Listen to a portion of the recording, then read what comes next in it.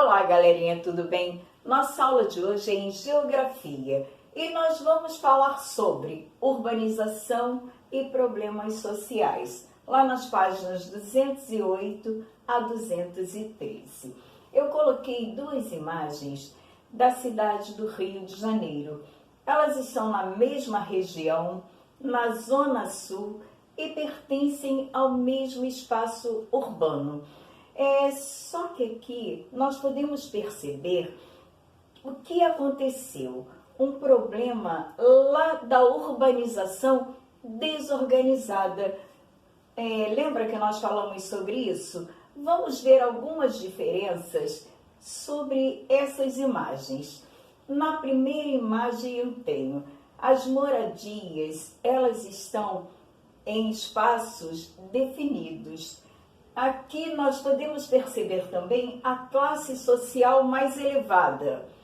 Podemos perceber também que esse lado aqui tem saneamento básico.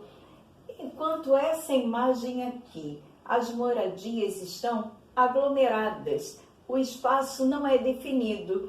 As casas são praticamente uma em cima da outra, ou uma dentro da outra, mais ou menos assim.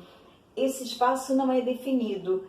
E aqui nós sabemos também que não existe, na maioria não existe, o saneamento básico. Então, isso aqui é que nos leva a saber das paisagens urbanas. Vamos dar uma olhadinha. Paisagem urbanas na página 209, no segundo parágrafo.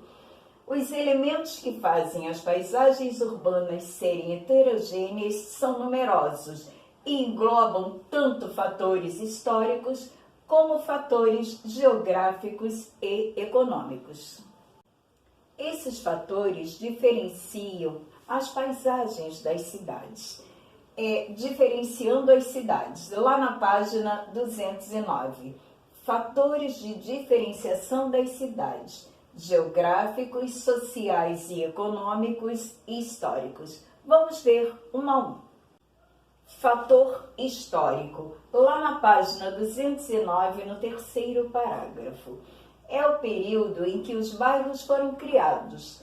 Um bairro criado há 200 anos terá ruas e construções diferentes de um bairro fundado há 10 anos. As moradias são diferentes, né? As construções, a tecnologia muda tudo isso. E os investimentos feitos para uma melhoria, não é? Para uma melhoria, para uma vida melhor. Fator geográfico, lá na página 209, no quarto parágrafo. É importante para a diferenciação das áreas urbanas de uma mesma cidade pode ser o relevo. Um bairro localizado em área de morro apresenta aspecto e organização diferentes de um bairro localizado em área plana. As construções são diferentes e as características sociais também. Fatores sociais e econômicos, lá na página 209, no quinto parágrafo. Os fatores sociais e econômicos de determinadas áreas também são responsáveis por transformar e diferenciar as paisagens da cidade. Como nós vimos lá atrás, nós vimos na imagem lá atrás, vimos as construções que estão aglomeradas, as construções feitas em espaços definidos, as moradias, não é? Nós vimos também as moradias que usam materiais de boa qualidade e que fazem toda a diferença. Isto vem influenciar as paisagens de uma cidade. Esses fatores influenciam as paisagens urbanas em espaços heterogêneos. Lá na página 210, no primeiro parágrafo. É importante conhecermos os elementos que fazem com que as cidades apresentem alguns lugares onde a população encontra boas condições de vida e outros onde ela não encontra nem serviços básicos. Isso porque as pessoas são diferentes, estão em lugares diferentes e as condições de vida também são diferentes. Não só os espaços urbanos mudaram com a industrialização, com a urbanização, os espaços rurais também mudaram. Lá na página 211, no terceiro parágrafo, a industrialização brasileira teve muitos efeitos no meio rural e no meio urbano. Isso devido à industrialização e o êxodo rural. Vamos registrar e falar um pouquinho mais sobre êxodo rural. Vamos lá.